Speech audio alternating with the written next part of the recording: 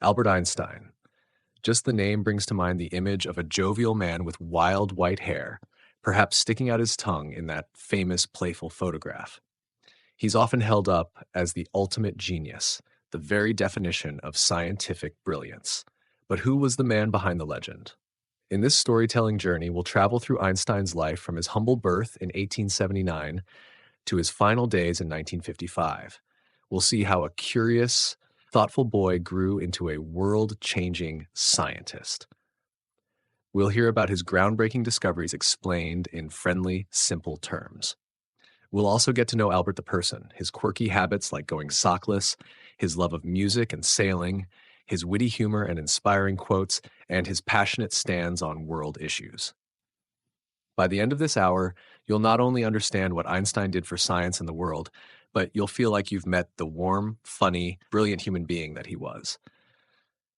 So get comfortable and let's embark on the true story of Albert Einstein's amazing life and legacy. Our story begins on March 14th, 1879, in the city of Ulm in southern Germany. On that day, a boy named Albert Einstein was born to Hermann and Pauline Einstein. The Einsteins were a middle-class Jewish family. Hermann ran a small electrochemical factory, and Pauline was a talented musician. They moved to Munich when Albert was an infant, so he grew up in Munich alongside his younger sister, Maja. Little Albert did not show signs of genius right away. In fact, for the first few years of his life, his parents were a bit worried because Albert was slow to speak. Family stories say he didn't really start talking in full sentences until around age 3. His parents even consulted a doctor about his silence. When he finally started talking, he did so carefully. He would pause and think about what he wanted to say before saying it. This caution in speaking led his family to joke that young Albert had to think about every sentence. It wasn't that he couldn't talk. He just chose his words thoughtfully, a habit that perhaps hints at the careful, reflective mind he would develop. Despite being late to speak, Albert's childhood showed early sparks of curiosity. One famous story he liked to recount from his youth was the compass incident. When Albert was around 4 or 5 years old, he fell ill in bed. To cheer him up, his father gave him a simple magnetic compass. Imagine little Albert holding this pocket compass in his small hands. He turns it, flips it, watches the needle quiver, and points steadfastly north every time. The effect on him was profound. How did the needle know where north was? What invisible force made it move? To a child, it felt like magic, and to Albert, it was a wonder that sparked a lifelong fascination. He later recalled that at that moment, he realized something deeply hidden had to be behind things. The invisible magnetic force made him aware that there are unseen mysteries in the world, waiting to be understood. This was one of his first memorable encounters with science, not through textbooks or teachers, but through pure wonder at a gadget. Apart from this inquisitive streak, Albert was a fairly ordinary child in other respects. He liked building tall houses of cards and solving puzzles. He was introspective and content to play by himself. One thing he didn't enjoy much, though, was the strict discipline of the German school he attended. In Munich, Albert went to a typical school called a gymnasium, which emphasized rote learning and obedience. From a young age, he bristled at authority. He disliked blindly memorizing facts or sitting still through dull lessons. A teacher once yelled at him for asking too many questions. Another teacher even told him that his mere presence in class made it hard for the teacher to maintain authority. Little Albert had a habit of challenging his teachers, not out of rudeness, but because he genuinely wanted to understand why things were so. In fact, one exasperated instructor suggested that Albert leave school altogether, predicting he'd never amount to much if he couldn't learn to follow rules. Albert was only 15 at the time, but he decided to take that advice. He withdrew from that school in the middle of the term. Here was a boy too restless and independent for the rigid school system, a glimpse of the nonconformist spirit that would later help him think outside the box in science. After leaving the Munich school, Albert reunited with his family, who had by then moved to Italy for business reasons. For a while, he enjoyed a more relaxed time in Italy, hiking, reading, and indulging his curiosity on his own terms. He hadn't officially finished high school, but he was determined to continue his education in a way that suited him better. He discovered a love for math and physics outside of school. There's an anecdote that at age 12, he found a little book on geometry and was enthralled by it, calling it Sacred Little Geometry Book.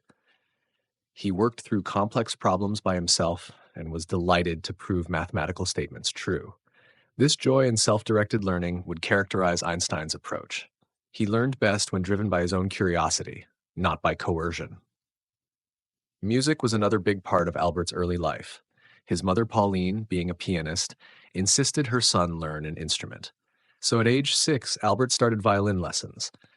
To be honest, he didn't love practicing the violin at first. Scales and drills bored him, just as rote learning in school did. But by his teenage years, something changed. Albert discovered the music of Mozart. The beauty of Mozart's sonatas ignited a passion for music in him. He began playing the violin with real feeling, not just as an obligation to please his mother. In fact, he and Pauline would often play duets together at home, a bonding experience that both cherished. This love of music stayed with Einstein his whole life. The violin became a loyal companion for him in both happy and stressful times. By his late teens, Albert knew he wanted to pursue higher education, especially in physics and mathematics. Since he had left school early, he needed to demonstrate his knowledge to get into college. He applied to the prestigious Swiss Federal Polytechnic in Zurich, later known as ETH Zurich. The entrance exam was challenging, and Albert actually failed the first time. Not in math or science, he aced those sections, but in some subjects that were taught in French, a language he wasn't fully fluent in, as well as other general areas. It was a bit of a setback for him. However, the examiners saw his potential in mathematics and physics and recommended he finish his secondary schooling in Switzerland, and Albert attended a Swiss high school in the town of Aarau for a year. There, he thrived in a more liberal, hands-on learning environment. His teachers encouraged independent thinking, a welcome change from the rigidity of his Munich school. In 1896, at age 17, he graduated from this school and was finally admitted to the Zurich Polytechnic to study physics and math. Interestingly, that same year he renounced his German citizenship, partly to avoid obligatory military service in Germany, which didn't suit his pacifist and independent personality. For a few years, he was effectively stateless until he became a Swiss citizen in 1901.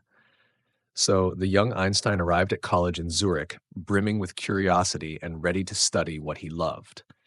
He was not the polished academic type. He often skipped classes he found boring and studied on his own or with friends instead. One of those friends was a fellow student named Mileva Maric, a Serbian woman who was the only female physics student in his year. Albert and Mileva spent hours discussing physics, sharing books, and eventually falling in love. Their romance, set against the backdrop of lab experiments and math problems, was quite intense. However, Albert's parents were not thrilled by the match. Mileva was a few years older, from a different cultural background, and not Jewish. But Albert was headstrong in personal matters just as he was in intellectual ones. In 1900, Einstein graduated from the Polytechnic. You might expect that with his obvious talent, he would be snapped up for a university job, but that wasn't the case. He had been a bit too outspoken and perhaps lackadaisical about formalities, so none of his professors offered him a recommendation for an academic position. What followed was a tough period for the young graduate. He struggled to find stable work while also dealing with personal responsibilities. Mileva became pregnant out of wedlock in 1901 and gave birth to a daughter named Lieserl. Details about their daughter are murky. It's believed Lieserl either died in infancy or was given up for adoption, as she disappears from historical records. Einstein never spoke publicly about this early chapter, but it must have added stress. To support himself and Mileva, whom he would soon marry, Einstein took a job in 1902 at the Swiss Patent Office in Bern. It wasn't the career in science he had envisioned, but this job turned out to be strangely perfect for him at that point in time.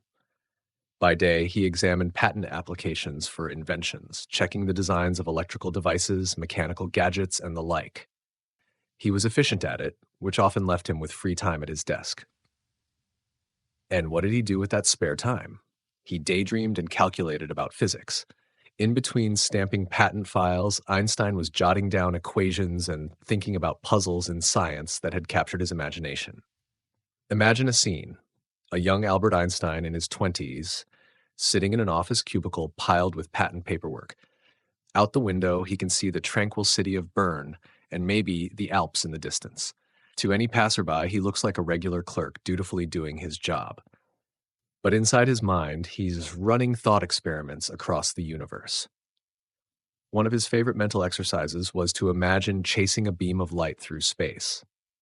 This was a question that had stuck with him since he was a teenager. What would it be like to ride alongside a light beam? If you could catch up to it, would the light wave appear frozen in time? According to the physics of the day, which was based on Isaac Newton's laws and James Clerk Maxwell's electromagnetism, that scenario didn't quite make sense. This kind of deeply imaginative question was considered odd by others, but it was exactly the kind of question Einstein felt compelled to solve. The patience of working at the patent office paid off spectacularly. In 1905, Albert Einstein, still an obscure patent clerk and not yet an academic, published a series of scientific papers that would revolutionize physics. Remarkably, he wrote 4 groundbreaking papers in a single year. 1905 would later be called Einstein's Annus Mirabilis, or Miracle Year. Each of these papers tackled a different problem, but together they forever changed our understanding of space, time, matter, and energy. Let's walk through them in simple terms because these ideas, while profound, can be understood without complex math. At that time, not everyone was convinced that atoms, tiny particles making up matter, were real physical things. They were still somewhat theoretical. Einstein's first 1905 paper took on this debate by explaining a phenomenon called Brownian motion.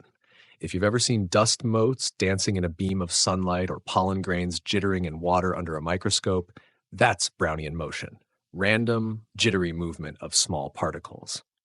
Einstein proposed that this happens because invisible atoms or molecules in the fluid are bumping into the particles.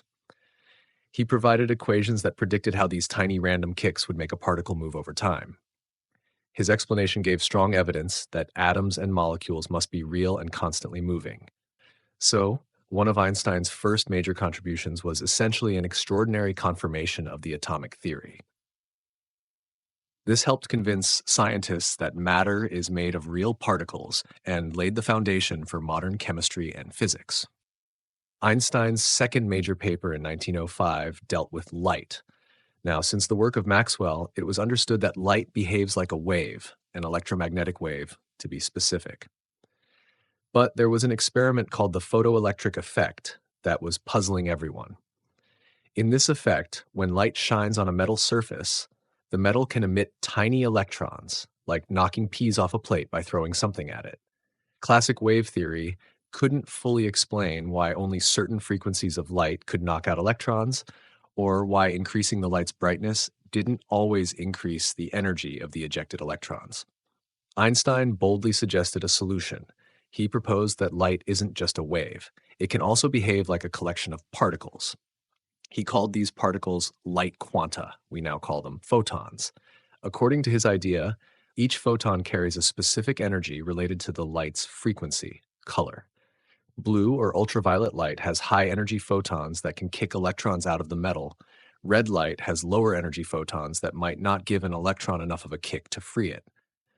This concept was radical because it said, in essence, that light is both a wave and a particle, depending on how you look at it. This idea helped launch quantum physics. It was so important that years later, in 1921, Einstein would be awarded the Nobel Prize in Physics specifically for his explanation of the photoelectric effect. Somewhat amusingly, the Nobel Committee chose this over relativity for the prize, since quantum ideas were experimentally verified sooner and relativity was still a bit controversial then. For a general audience, what matters is that Einstein showed how quantum the world is. Even light, which seems smooth and wavy, is made of little bits when you examine how it gives up energy. And that insight leads to modern inventions like solar cells and photosensors in cameras. The third paper was the big one that most people have at least heard of, the special theory of relativity. Now, The word relativity can sound intimidating, but the core idea is quite elegant. Einstein realized that the laws of physics and the speed of light should be the same for everyone who's moving at constant speed, no matter how fast they are moving relative to each other. This simple statement had mind bending implications.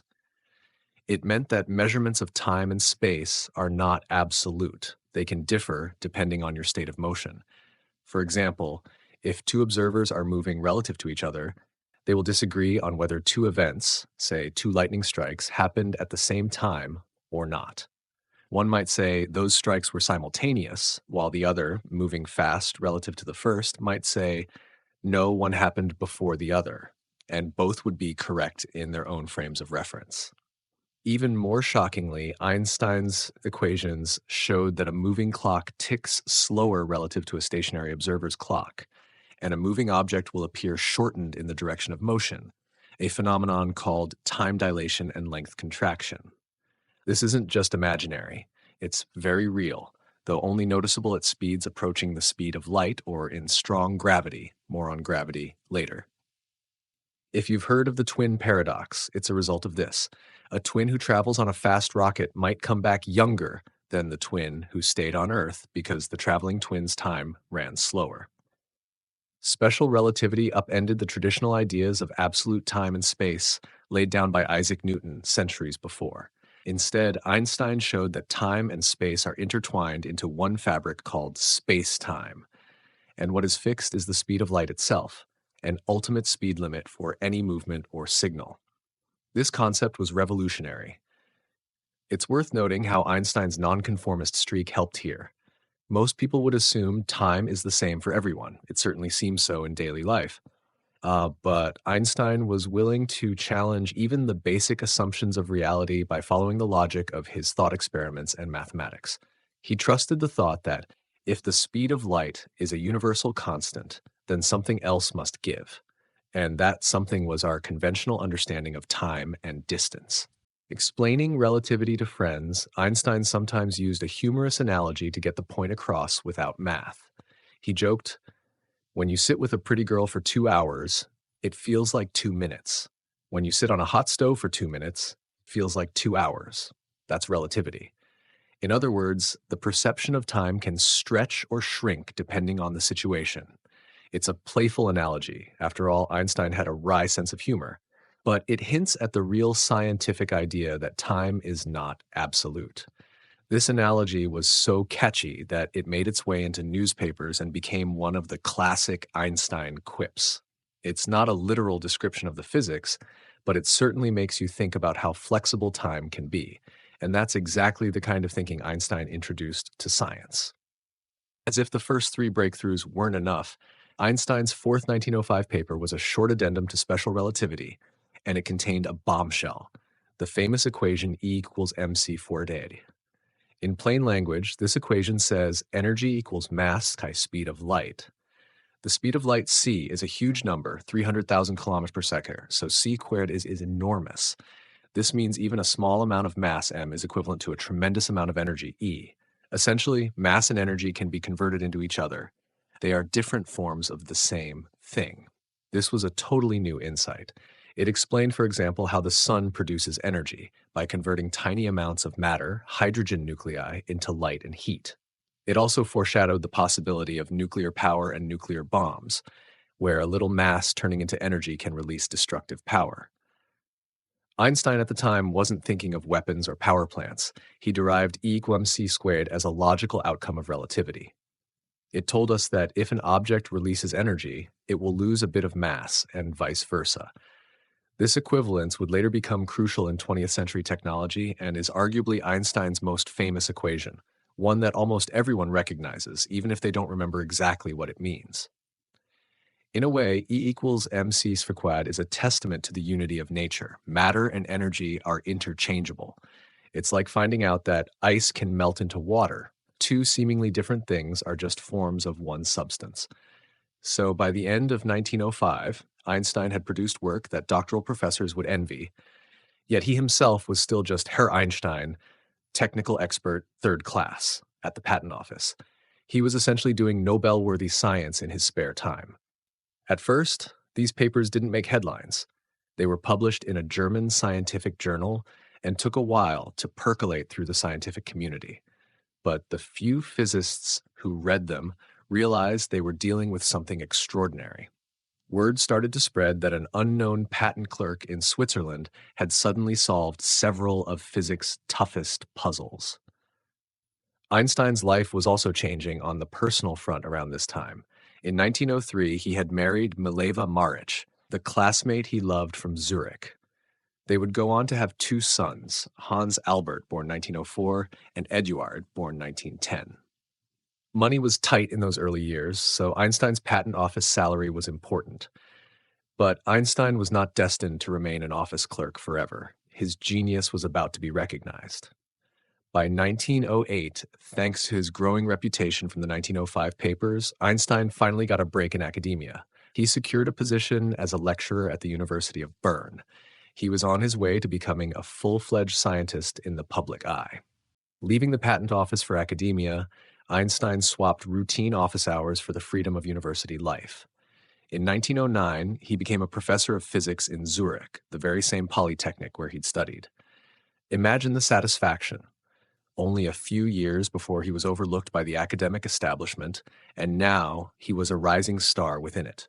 He was still just 30 years old, but already well on his way to scientific fame. His peers now included some of the very professors who had once doubted him.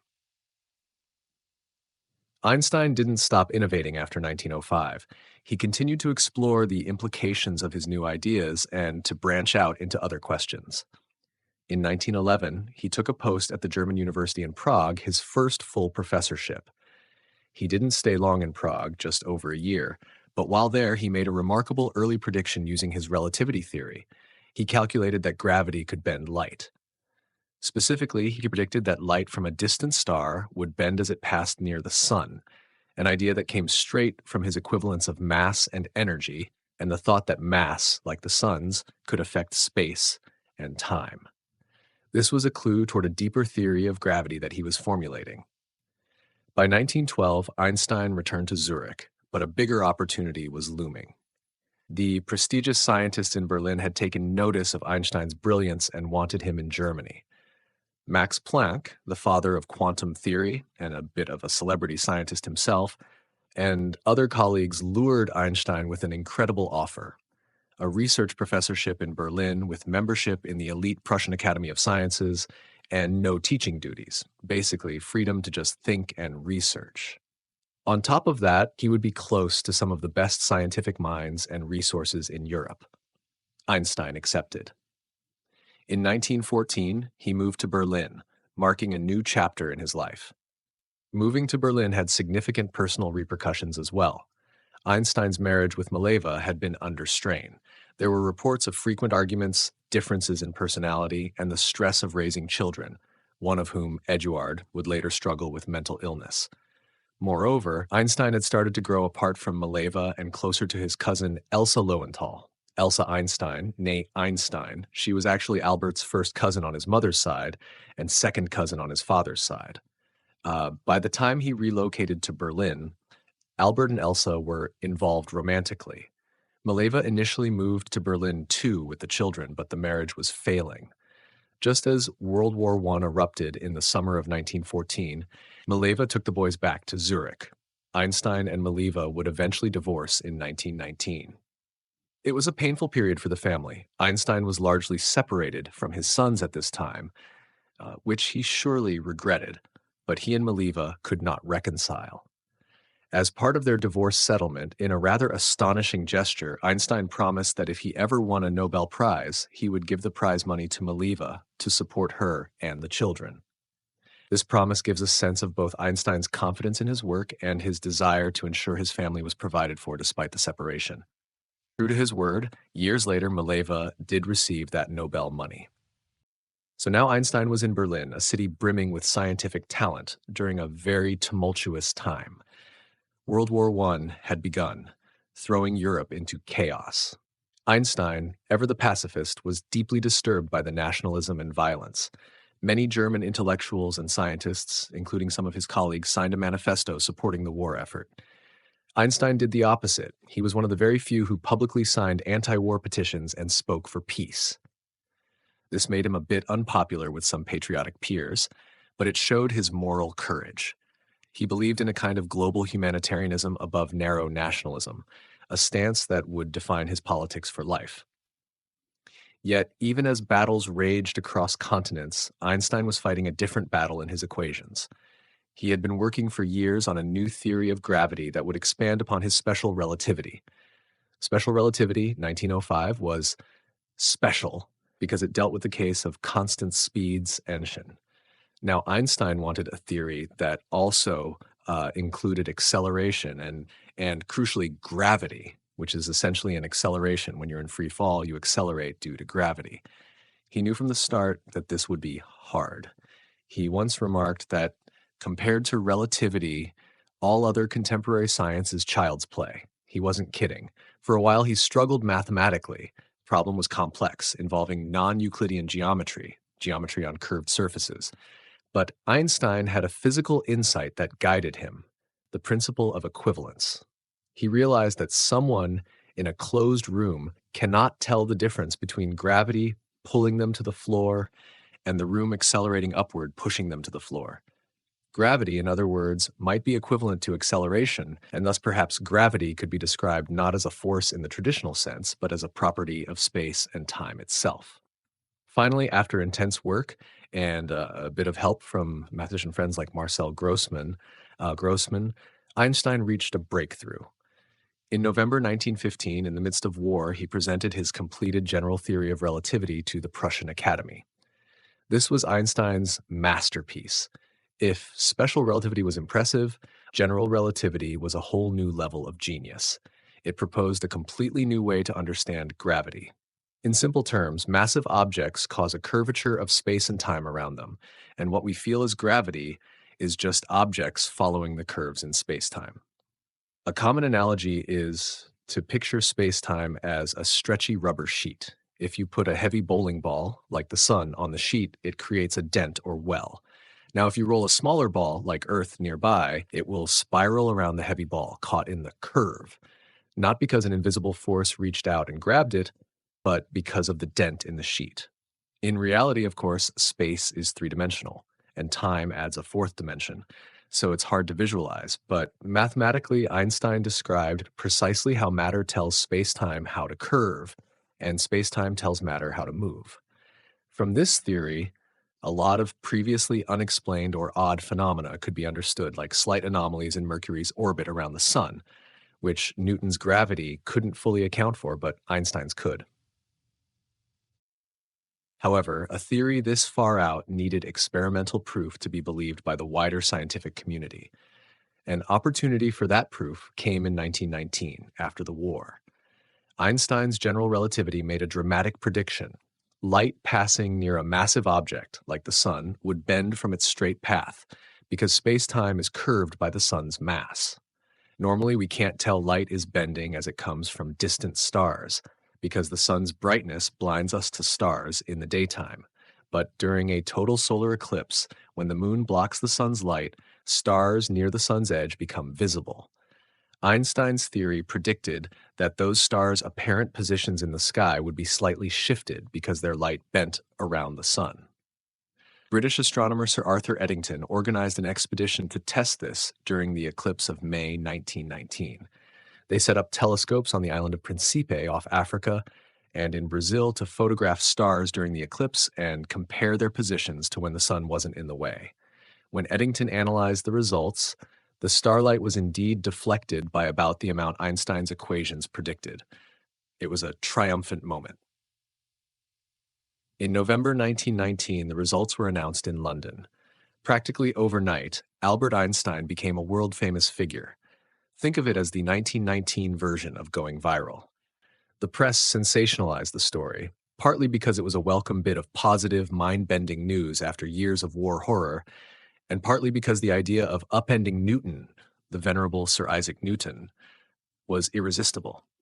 Newspapers around the globe carried headlines like "Lights All Askew in the Heavens" and "Revolution in Science, New Theory of the Universe, Newtonian Ideas Overthrown." Einstein, who had been quietly working away in Berlin, suddenly found himself as famous as any movie star or politician. It's said that when asked how it felt to be a celebrity, he replied that he was sorry he hadn't become a watchmaker instead, a tongue in cheek way of expressing that he found the sudden attention a bit overwhelming. Let's pause a moment to appreciate this. Einstein was now not only revered by scientists, but he had captured the public imagination. Here was a physicist, a theorist who dealt in abstract ideas and arcane math, who had somehow become a household name around the world. People were curious about the man who made these bold claims about space and time. And Einstein did not disappoint when it came to being a fascinating character. In the 1920s, as he navigated this newfound fame, many noticed and recounted Einstein's personal quirks and warm personality, which only made him more endearing. After 1919, Einstein became a globetrotter. He was invited to lecture in numerous countries, partly to explain his theory, partly as a general cultural icon of intellectual achievement.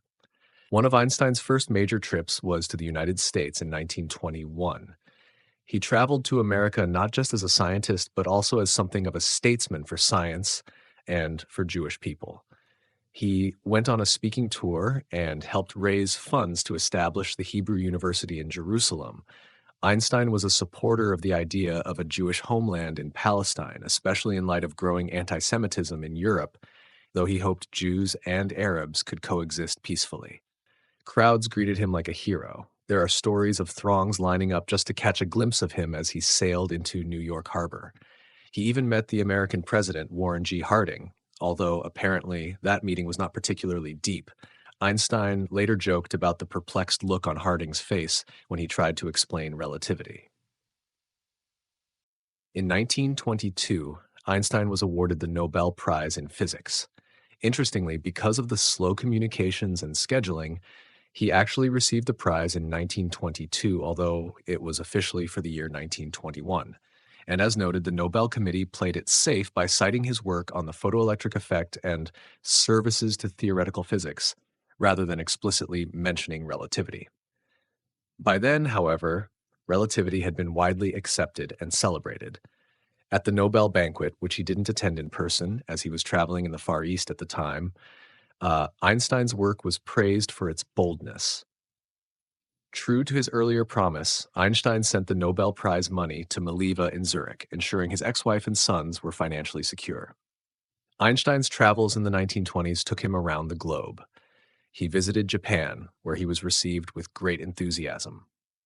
It was during his Japan trip in late 1922 that a delightful little incident occurred. Einstein, ever the thinker, scribbled down a thought on happiness on a piece of paper and gave it to a courier as a tip, since he had no small change to tip with. He wrote, "A calm and modest life brings more happiness than the pursuit of success combined with constant restlessness." This note from Einstein later resurfaced nearly a century afterward and fetched a huge price at auction, a charming footnote showing Einstein's reflective side even on matters of everyday life. Everywhere he went, Einstein was asked to explain his theories to laypeople. Imagine how hard it must be to sum up space-time curvature or quantum light particles to someone at a dinner party. Yet Einstein had a talent for metaphor and simplification. We already heard the hot stove and pretty girl analogy for relativity. He also described general relativity in a simple visual way by saying, "Mass tells space how to curve and space tells mass how to move." One reporter asked him to explain gravity without maths, and Einstein described it like this: "When you throw a stone in the air, it falls down because it's following the shortest path to the ground. But space is curved, so the shortest path is curvy. That's gravity." Whether or not that made sense to everyone, people appreciated the effort and the approachable manner of Einstein. He wasn't a distant, arrogant genius. He was more like a friendly wizard who sincerely wanted others to understand the magic of the universe. During these years, Einstein rubbed shoulders with other famous figures, not just scientists. In 1931, he had a memorable encounter in Hollywood with Charlie Chaplin, the beloved silent film comedian. The occasion was the premiere of Chaplin's film City Lights. Chaplin invited Einstein as his special guest. As they walked into the theater, people cheered wildly. Einstein was surprised by the cheering and said modestly, "What does it mean?" Chaplin quipped, "They cheer me because they all understand me, and they cheer you because no one understands you." It was a humorous exchange. Chaplin's art needed no explanation. Silent comedy is universal, whereas Einstein's work was famously hard for the average person to grasp. Yet he had a mystique that made people admire him even without understanding the details. Einstein loved the joke.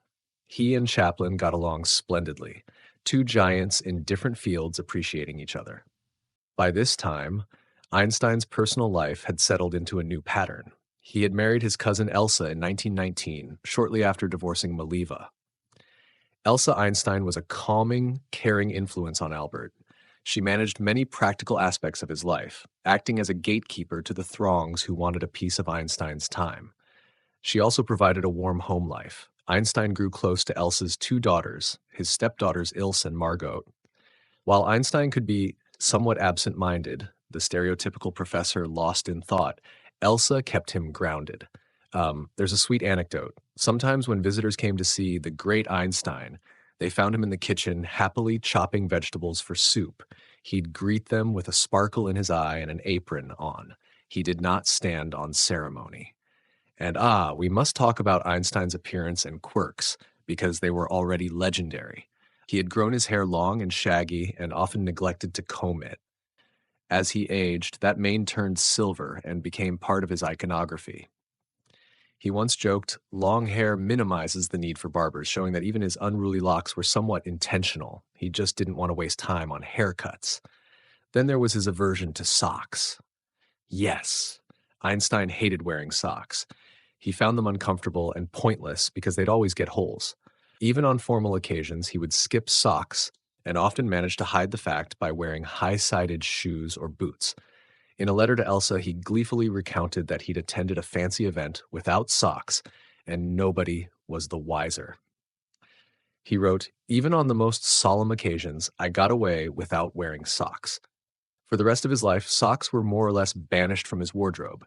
Instead, he'd shuffle around in loose-fitting shoes, sometimes even sandals with bare feet. Picture this world-famous genius in a wrinkled suit, floppy sweatshirt, or a well-worn leather jacket. He had a favorite brown leather jacket he wore for many years, and absolutely no socks. He simply didn't care about dressing to impress. He cared about comfort and thought, and he rather enjoyed defying stuffy dress norms. Another beloved quirk was his violin. Einstein never became a professional caliber violinist, but he was definitely an enthusiastic and competent player. Throughout the 1920s, if you walked past Einstein's home in the evening, you might hear the sound of him playing Mozart or Beethoven on his violin, often accompanied by friends on piano. Music was his refuge and joy. He once said, "If I were not a physicist, I might be a musician. I live my daydreams in music. I get most joy in life out of my violin." That violin, by the way, he affectionately nicknamed Lena. Whenever he got stuck on a physics problem or felt stressed, he'd pick up Lena and play for a while, and often claimed that the music helped him find clarity for whatever he was pondering. Einstein's sense of humor was also widely recounted. He had a playful, almost childlike way of looking at life at times. Perhaps this came from his deep sense of wonder. He never lost the curious enthusiasm of that boy with the compass. In conversation, he could be sly and witty. For instance, when he met the King of Belgium, the king asked why the public lapped up relativity, given they can't understand it. Einstein answered, "Your Majesty, why do people enjoy eating sausages when they have no clue how sausages are made?" In another instance, a press reporter hounded him for a quote as he stepped out of the shower, to which Einstein handed the surprised journalist a bar of soap and said, "Here, at least you might want to try a wash. Then you'll have something to report. That you soaped with Einstein's soap." He was friendly and approachable, but also valued his privacy and could gently mock the endless attention. By the late 1920s, Einstein was perhaps at the height of his fame and intellectual prowess. Yet, interestingly, a new generation of physicists was emerging with strange and exciting ideas of their own. The era of quantum mechanics was dawning, led by scientists like Niels Bohr, Werner Heisenberg, and Erwin Schrödinger. Quantum mechanics took the quantum concept, which Einstein had helped introduce with his photon idea, and ran with it, revealing a subatomic world of randomness and probability that was even more mind bending than relativity. Einstein found himself in a new role, not the young rebel overturning established ideas, but somewhat of a conservative voice debating the newcomers. He famously did not like the idea that fundamental physics was governed by probabilities. His gut feeling was that there were deeper laws at play. He put it in a metaphor: God does not play dice with the universe. He said, expressing his discomfort with the notion that outcomes at the atomic level were purely a game of chance, as the Copenhagen interpretation of quantum mechanics suggested. This line, God does not play dice, has echoed through time as a slogan for Einstein's realist beliefs. He engaged in friendly but intense debates with Niels Bohr over this. They'd pose thought experiments to each other to test the consistency of quantum theory. Most historians agree Bohr and the quantum pioneers came out on top. Quantum theory made successful predictions where Einstein's suggested tweaks did not, but Einstein's challenges were crucial for clarifying the theory. One such challenge was the EPR paradox, named after Einstein and colleagues Podolsky and Rosen, which he proposed in 1935. It described a scenario with two particles that are entangled, a term not used then, but that's what it was, suggesting that if quantum mechanics were correct, a measurement on one particle would instantaneously affect the state of the other, no matter how far apart, what Einstein skeptically called spooky action at a distance. He thought this indicated something incomplete about quantum theory. It turned out Einstein had inadvertently highlighted one of the most profound aspects of quantum physics, entanglement, which modern experiments have confirmed. In a twist of fate, the spooky action is real, but it doesn't allow communication faster than light, so Einstein's relativity isn't violated. These philosophical debates show that Einstein remained deeply engaged with cutting-edge physics even as he approached his 50s. He was not just resting on his laurels, he was grappling with the new mysteries that younger scientists were uncovering, and he wasn't afraid to voice dissent if his instinct said something was off. This dynamic, Einstein as a somewhat skeptical elder statesman of physics, was a fascinating period, showing that even a genius can find himself at odds with a new paradigm. As the 1930s progressed, dark clouds gathered over Europe. The economic depression, rising nationalism, and particularly the rise of Adolf Hitler and the Nazi Party in Germany created a perilous environment, especially for Jews and intellectuals who were seen as opponents of the new regime. Einstein, being both a prominent Jew and a famous advocate of peace and internationalism, was an obvious target for Nazi hatred. Even before Hitler officially took power in 1933, Einstein sensed the danger. He was on a lecture tour abroad when Hitler was appointed Chancellor of Germany in January 1933. The Nazis quickly began implementing anti-Jewish laws and purging Jewish scientists and undesirables from institutions. Einstein's writings and theories were denounced by Nazi sympathizers as Jewish physics. They rejected modern physics, which ironically included quantum mechanics too, even though Einstein had some issues with it, in favor of their own pseudoscientific ideas. It's chilling to note that Nazi pamphlets at the time literally listed Einstein as an enemy of the German people, and there were even threats on his life. One German magazine put a bounty on his head, offering a reward to anyone who might eliminate him. So in 1933, Einstein made the fateful decision not to return to Germany. He and Elsa were in Belgium when they got news of how bad things were getting at home. They traveled to England for a short while, and by the fall of 1933, Einstein set sail for the United States, where he had been offered a position at the newly created Institute for Advanced Study in Princeton, New Jersey. He effectively became a refugee, one of the many intellectuals fleeing fascist Europe. Before leaving Europe, Einstein resigned from all the academies and institutions in Germany that he was a part of. There's a poignant story. Upon hearing that the Nazis had raided his cottage and confiscated his sailboat, Einstein quipped that he should be grateful. They found nothing in the house, but perhaps they learned some physics from the boat since they managed to capsize it, illustrating gravity at work. Princeton in the United States would become Einstein's new home for the rest of his life. He joined a community of scholars at the Institute for Advanced Study, where, fortunately, he had the freedom to continue his research without much teaching or administrative burden. The town of Princeton, a quiet academic place, welcomed the now world famous scientist. At first, Einstein struggled with English. He'd primarily spoken German all his life, though he knew some English. But soon enough, he was giving lectures in halting yet charming English, often with his thick German accent. Einstein's arrival in America caused quite a stir in the press. He was arguably the most famous refugee in the world, and he didn't shy away from using his voice. He publicly decried the Nazi policies and helped raise awareness about the plight of Jewish refugees. He even personally assisted other scientists and friends in escaping Europe by writing letters to get them positions in the US or elsewhere. In Princeton, Einstein was relieved to find a safe haven, but he was anguished by the war horrors unfolding in his homeland and beyond. Despite the heavy times, amusing anecdotes from Einstein's early American years abound. One oft-told tale comes from Einstein's first Halloween in Princeton. The tradition of trick-or-treating was new to him, so when a group of local children knocked on his door shouting, "Trick or treat," Einstein was perplexed. What was this custom? Once it was explained, the kids threaten a trick unless given a treat. Einstein chose to provide a treat in a way only he could. He brought out his violin and serenaded the children with a little melody. Imagine being a kid, expecting some candy, and instead you get the world's most famous scientist giving you a private violin concert on his doorstep. Legend has it the children were delighted, even if they might have preferred candy initially. This story captures Einstein's kindly spirit and also how he approached American culture with a mix of curiosity and his own twist. By the mid-1930s, Einstein settled into a routine in Princeton. He lived on a quiet street. His house at 112 Mercer Street became a tourist site for many years to follow. He'd walk or bicycle to his office at the Institute.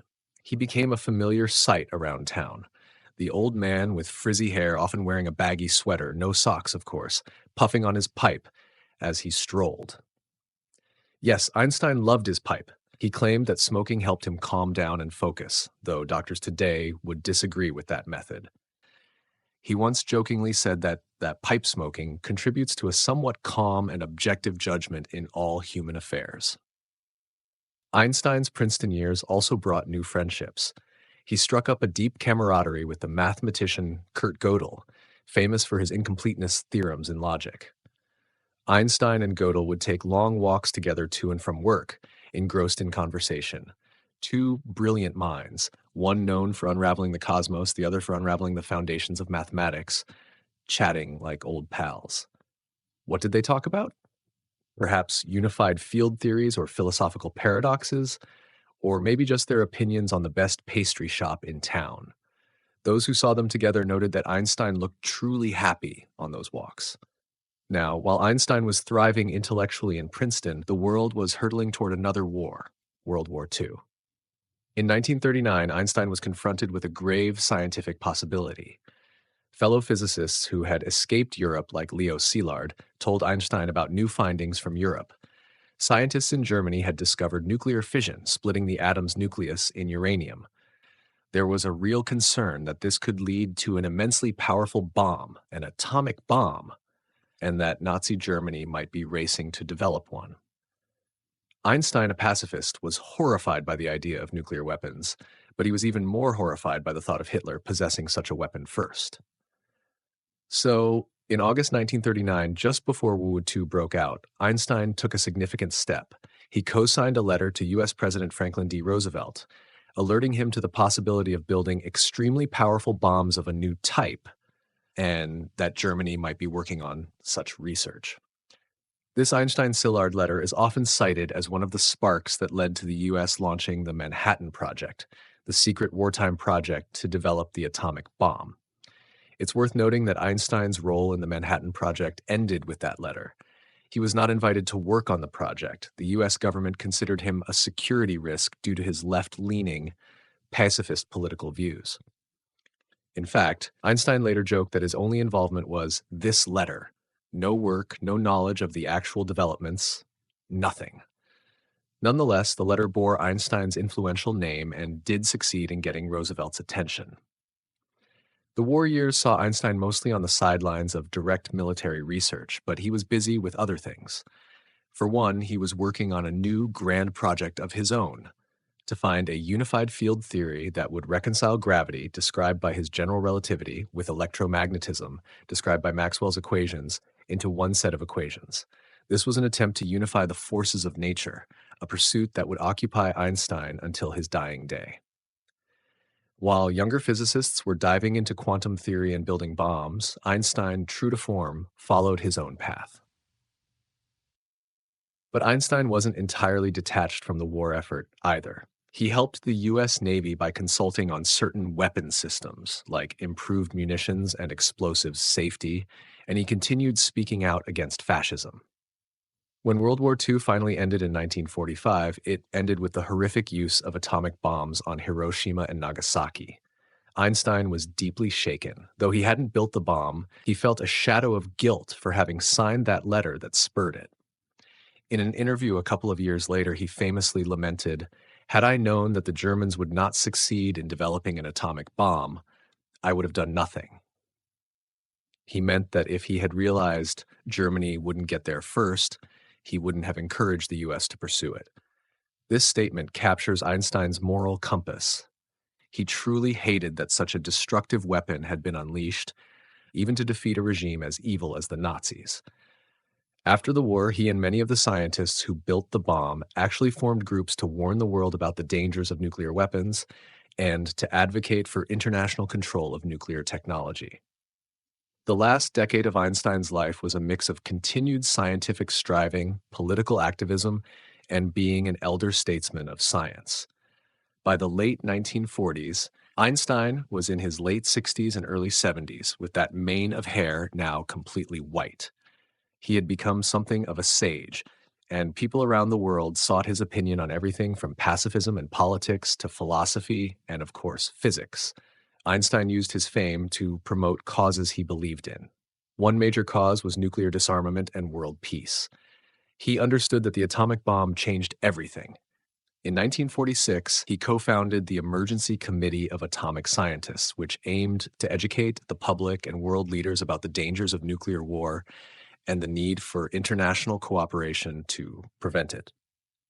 Einstein wrote and spoke frequently on these topics, warning that humanity's new powers could destroy it unless we found a way to eliminate war. He often advocated for a form of world government that could control nuclear weapons, a controversial idea, but he felt nation-states left to their own devices would inevitably conflict. Another cause was fighting racism and inequality. After moving to America, Einstein was struck by the racial segregation and discrimination, especially against African Americans. He saw parallels between the treatment of Jews in Europe and the treatment of Black people in the US. Einstein did not stay silent about this either. For instance, in 1946, he gave a commencement speech at Lincoln University in Pennsylvania, an historically Black college, where he called racism a disease of white people and urged students to combat prejudice. He also lent his name and support to civil rights organizations like the NAACP. He became friends with prominent Black leaders, such as singer-activist Paul Robeson and scholar W.E.B. Du Bois. In fact, when Du Bois was charged with being an unregistered foreign agent during the McCarthy-era Red Scare, Einstein volunteered as a character witness for him. The case was dismissed, likely in part because the prosecution didn't want the spectacle of cross-examining Albert Einstein in court. These actions showed that Einstein's compassion was broad. He believed in fairness and dignity for all humans, not just in abstract terms, but in concrete activism. Speaking of the Red Scare, the post-World War II anti-communist hysteria in the US, Einstein himself was not spared suspicion. Though he was staunchly anti-communist, he disliked authoritarianism of any kind. He was also a socialist in his economic thinking and a very outspoken liberal voice. J. Edgar Hoover's FBI kept a file on Einstein, considering him potentially subversive. There were even efforts by some US politicians to discredit him or at least keep an eye on him. But Einstein was largely untouchable due to his global reputation. He commented on these events, denouncing the excesses of McCarthyism as contrary to the liberty that America was supposed to stand for. Meanwhile, on the scientific front, Einstein spent the 1940s and 1950s mostly working on that elusive unified field theory. He hoped to discover a set of equations that would unite gravity with electromagnetism and possibly even explain quantum phenomena in a deterministic way. In truth, this endeavor didn't bear fruit, and Einstein became somewhat isolated from the mainstream of physics, which had turned to quantum mechanics and, by the 1950s, the newly emerging field of particle physics. Some younger physicists viewed Einstein as out of touch or stubborn for refusing to embrace quantum mechanics fully, with its inherent randomness.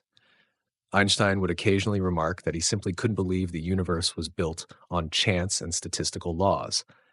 God does not play dice, he reiterated. He sought a deeper, deterministic reality. He published a few papers and memoirs on his unified theory attempts, but he did not succeed in that quest. Nonetheless, he kept at it doggedly. In a way, this shows that even Einstein, the great genius, could spend years on a wrong track. It's a humbling reminder that science is hard and even brilliant minds can hit dead ends. Still, his attempt wasn't futile.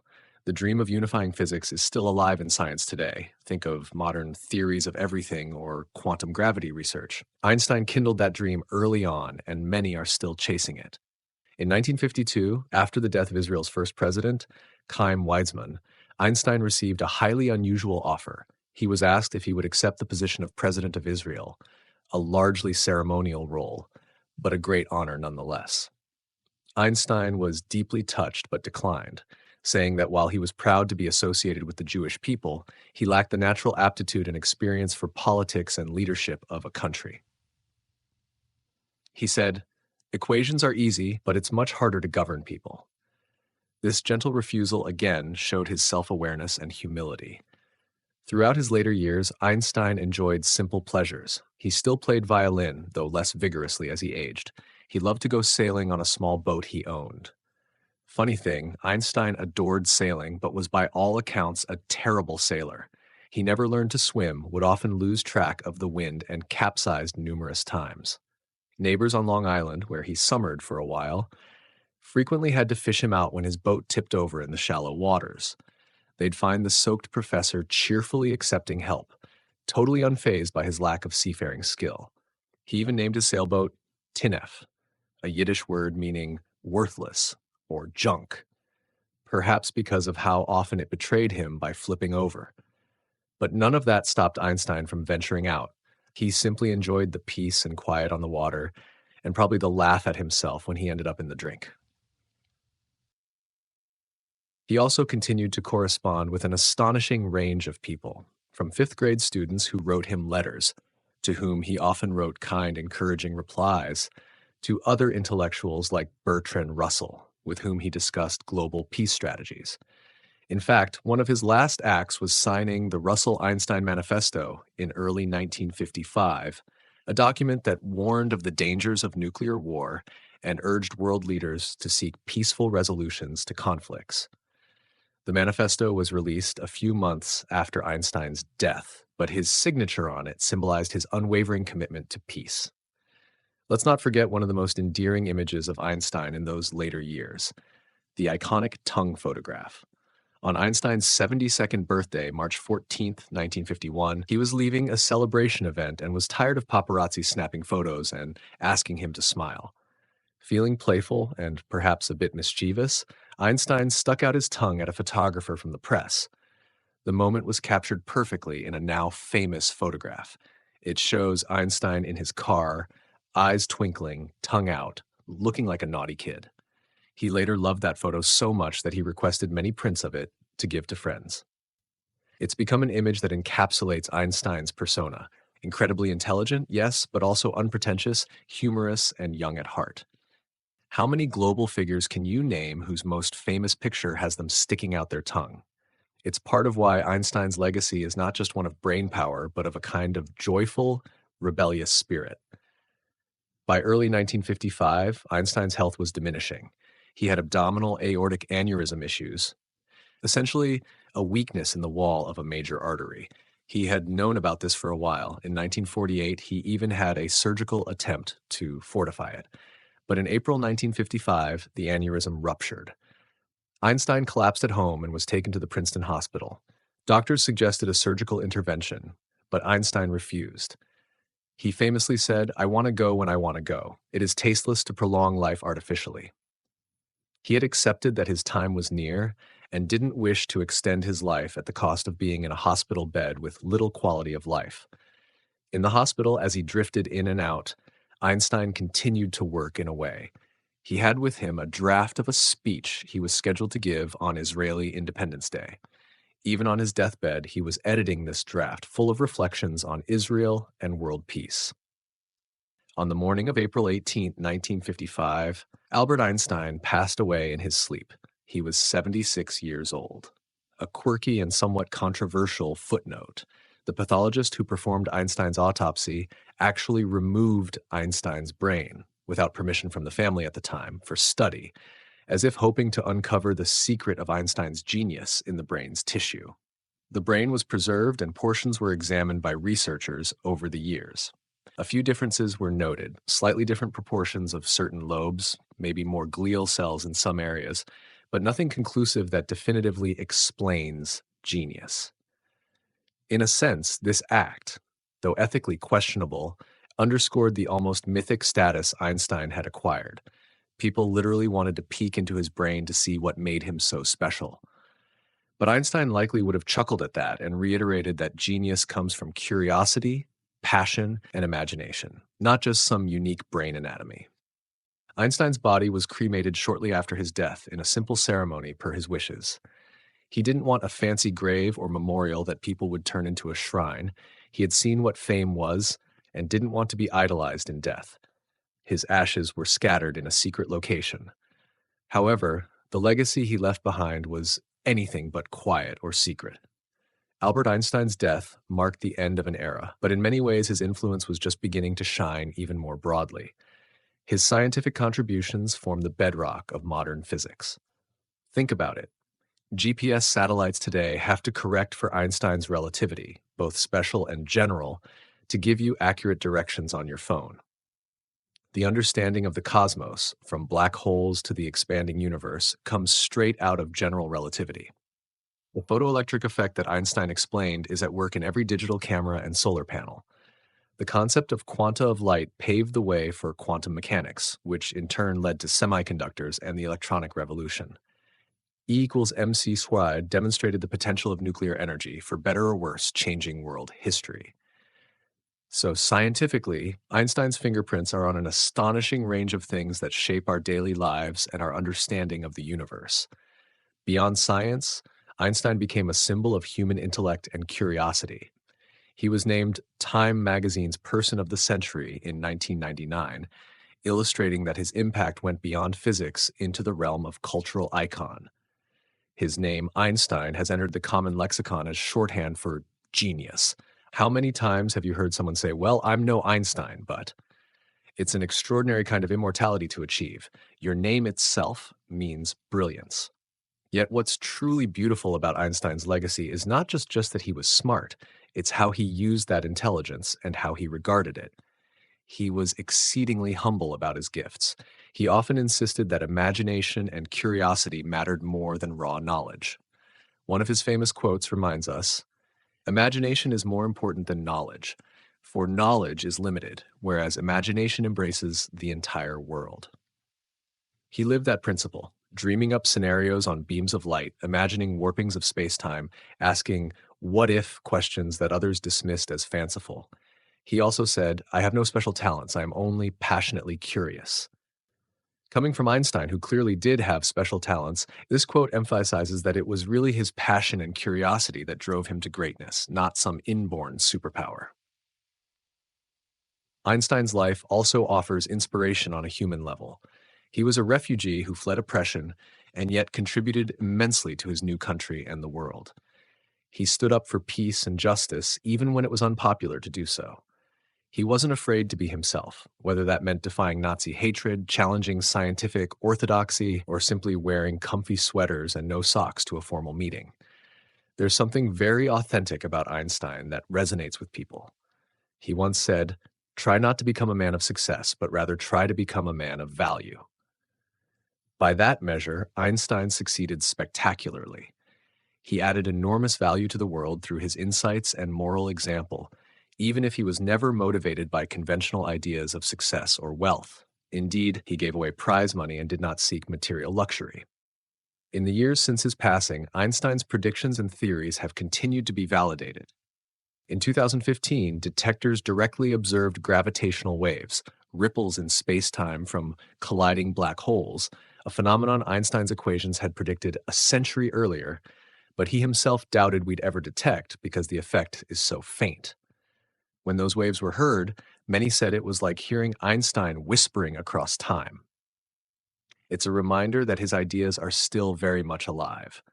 And physics today, from cosmology to quantum physics, still grapples with the legacy of Einstein's work, extending it, finding its limits, and seeking that elusive unified theory that he pursued.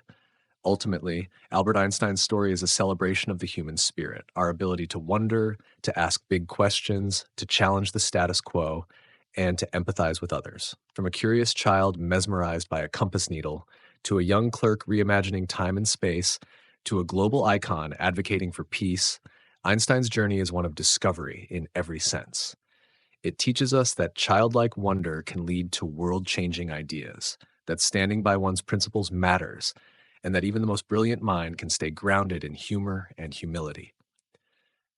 So, next time you see Einstein's face on a poster or hear his name used synonymously with genius, you'll know that behind that wild hair and impish grin was a full life richly lived, one of love for music, deep empathy for humanity, courageous thought, and an unyielding belief in the power of curiosity.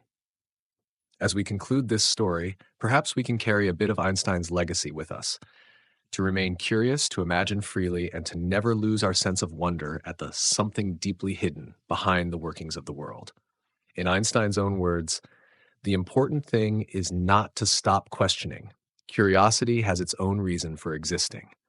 And that, in essence, is the life lesson from the life of Albert Einstein, a genius who never stopped asking questions, and in doing so, answered some of the universe's most profound mysteries while inspiring the world with his humanity. Thank you for listening to the story of Albert Einstein, a true beacon of intellect and hope whose light will continue to shine for generations to come.